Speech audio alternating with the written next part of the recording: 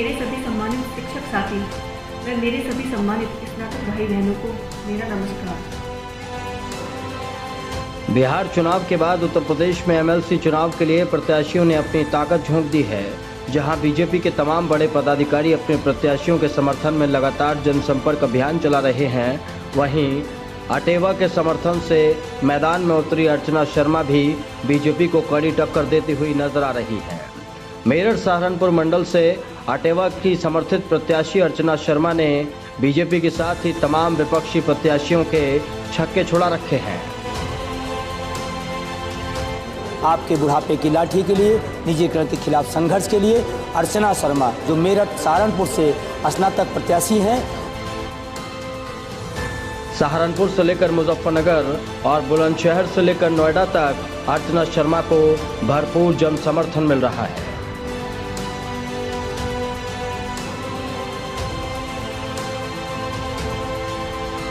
में उनको डट के वोटिंग कराइए, क्योंकि एनपीएस और निजीकरण के खिलाफ लड़ना है तो अर्चना शर्मा को सदन में पहुंचाना है। बंधु जी संघर्ष करो, हम तुम्हारे साथ हैं। बंधु जी संघर्ष करो, हम तुम्हारे साथ हैं। इस मौके पर ऐन भारत ने अर्चना शर्मा के साथ खास बातचीत की।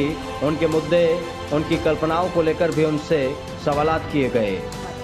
अर्चना जी, सबसे पहला सवाल, आप इस पूरे चुनाव में उतर रही हैं, क्या रणनीति लेकर आप उतरी हैं और क्या क्या प्लान आपने पिछले 2 साल में किया है, क्योंकि आप पिछले 2 साल से इस चुनाव के लिए मेहनत कर रही थी? जी सर, मैं 2 वर्ष से मेहनत कर रही हूँ, जैसा कि सबको विदित है, जानकारी भी है, क्योंकि 2 साल से ना मैंने अपना घर देखा है ना अपने बच्चे देखे हैं। मेरी 3 वर्ष की बच्ची है, मैं उसको भी समय नहीं दे पा रही हूँ। लेकिन मैंने इस दर्द को झेला है, क्योंकि 15 वर्ष से मैं बेसिक में रही हूँ। बेसिक में मैं शिक्षा मित्र के पद पर कार्यरत थी। उसके बाद मेरा समायोजन हुआ, 3 वर्ष में गवर्नमेंट टीचर भी रही, लेकिन फिर हमारा समायोजन रद्द हो गया। मैंने इस दर्द को झेला है कि शिक्षकों का दर्द क्या होता है। जैसे कि हमारे शिक्षक साथी हैं, उनकी पुरानी पेंशन नहीं है, जो कि हमारे बुढ़ापे का सहारा है। मैं खुद शिक्षा मित्र थी, तो हमारा जो मानदेय था वो इतना अल्प मानदेय था कि हम उसमें गुजारा नहीं कर सकते। मात्र 10,000 में कोई भी व्यक्ति अपना गुजारा नहीं कर सकता।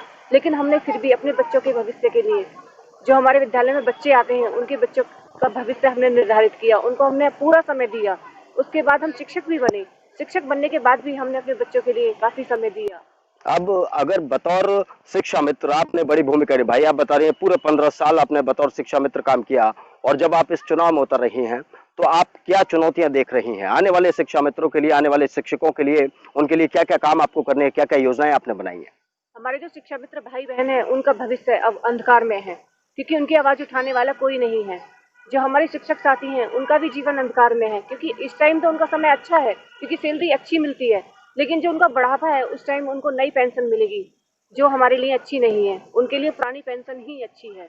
तो जो आप पेंशन, पुरानी पेंशन की मांग कर रही हैं, पुरानी पेंशन को बहाल कराने के लिए आप कहाँ तक काम करेंगी, अगर इस पूरे चुनाव में आपको वो कामयाबी मिल पाती है तो?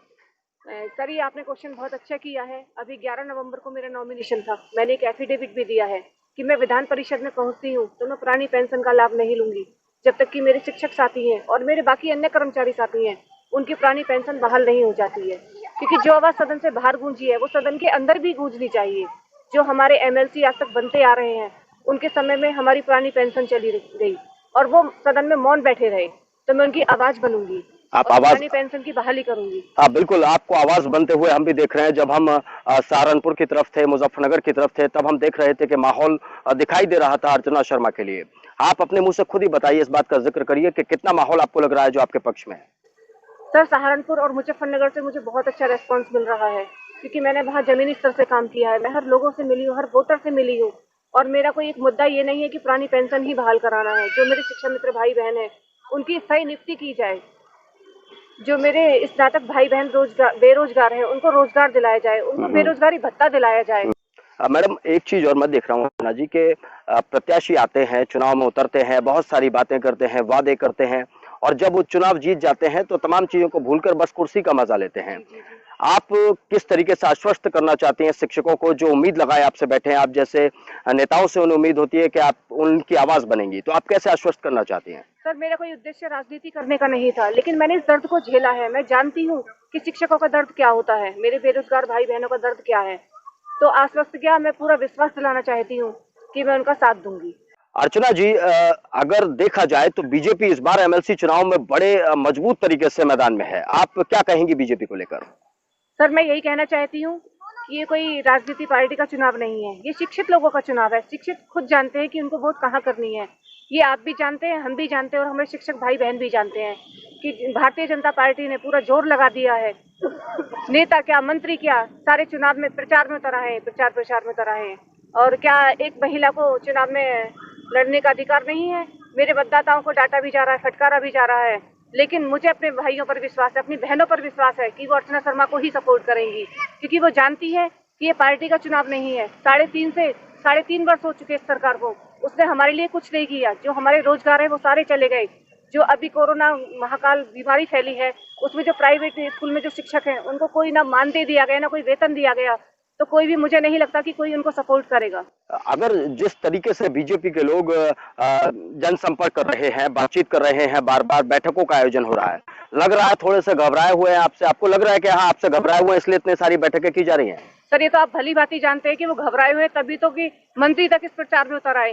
जबकि मैं अकेली महिला यहाँ से लेकर मेरठ मंडल से लेकर सहारनपुर मंडल तक अकेली जा रही हूँ। मुझे किसी का डर नहीं है। वो मुझसे डर रहे हैं, मैं उनसे नहीं डर रही, क्योंकि मुझे पता है, मुझे विश्वास है कि मेरे शिक्षक साथी, मेरे स्नातक भाई बहन मेरे साथ हैं।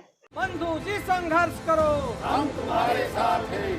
वहीं अर्चना शर्मा के पति और बुलंदशहर के अनूप शहर नगर पालिका के चेयरमैन गोपाल शर्मा का मानना है कि अर्चना शर्मा लगातार अपने प्रतिद्वंदियों को टक्कर दे रही हैं और आने वाले वक्त में अर्चना शर्मा ही जीत दर्ज करेंगी। जिस तरह का जन समर्थन अर्चना शर्मा को मिल रहा है, उससे ये पता चल रहा है कि विपक्ष और तमाम प्रतिद्वंदी परेशान हैं। अटेवा समर्थित एमएलसी प्रत्याशी अर्चना शर्मा के हस्बैंड गोपाल शर्मा के पास इस वक्त हम आ पहुंचे हैं, जो कि बुलंदशहर के अनूप शहर नगर पालिका के चेयरमैन हैं। गोपाल जी, बहुत बहुत स्वागत है आपका इन भारत पर। धन्यवाद। जो मेरी धर्मपत्नी अर्चना शर्मा जी एमएलसी स्नातक क्षेत्र से मेरठ सहारनपुर मंडल से लड़ रही हैं और काफी अच्छी स्थिति में आज जो प्रतिद्वंदी हैं उन लोगों को भूखी खानी पड़ रही है। कि आपने देखा होगा कि जो अटेवा संगठन है बहुत बड़ा संगठन है और जिसमें जो 2004 के बाद जो पेंशन विहीन लोग हुए थे उसके बाद लोगों ने समर्थन दिया है और समर्थन देने के बाद जो सरकारी डिपार्टमेंट में जो पेंशन विहीन लोगों का इतना बड़ा संगठन से हम इतनी मजबूती पर पहुंच गए हैं। और दूसरा ये है कि जो अर्चना शर्मा जी हैं वो शिक्षा मित्र है। शिक्षा मित्र का भी जो संगठन है पूरे 9 जिलों में, वो भी ना काफी सपोर्ट कर रहा है। साथ साथ जो हमारा इस 9 मंडल में करीब 93 चेयरमैन आते हैं, उसमें भी 60-65 चेयरमैनों का भी सहयोग प्राप्त है और वो भी काफी अच्छी हमारी मदद कर रहे हैं। साथ साथ जिसमें भी 2250 इसमें सभासद भी हैं, 93 चेयरमैन हैं, इसमें 2500 हैं सभासद हैं, उन लोगों का भी काफी अच्छा समर्थन है और वो अपनी जगह पर काफी अच्छी हमारी मदद कर रहे हैं। और उम्मीद ये है कि आने वाले समय में आप जो मेरठ सहारनपुर मंडल की सीट है वो अर्चना शर्मा जी के पक्ष में होती नजर आ रही है। स्नातक कोटे से मेरठ सहारनपुर मंडल के एमएलसी प्रत्याशी अर्चना शर्मा लगातार लोगों से जनसंपर्क अभियान चला रही हैं, लोगों से बातचीत कर रही हैं और उनकी समस्याओं के समाधान का आश्वासन भी दे रही हैं। ऐसे में बीजेपी के लिए सीट जीत पाना दूर की कौड़ी साबित हो सकती है। Meerut city, man Bharat.